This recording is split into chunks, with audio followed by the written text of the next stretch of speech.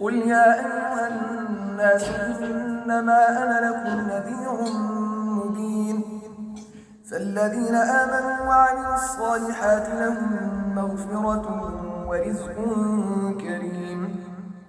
والذين سعوا في آياتنا معاجزين أولئك أصحاب الجحيم وما أرسلنا من قبلك من رسول ولا نبي إلا إذا تمنى ألقى الشيطان في أمنيته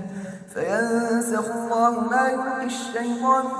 ثم يحكم الله آياته والله عليم حكيم ليجعل ما يلقي الشيطان فتنة للذين في قلوبهم مرض والقاسية قلوبهم وإن الظالمين لفي شقاق بعيد وليعلم الذين أوتوا العلم أنه الحق من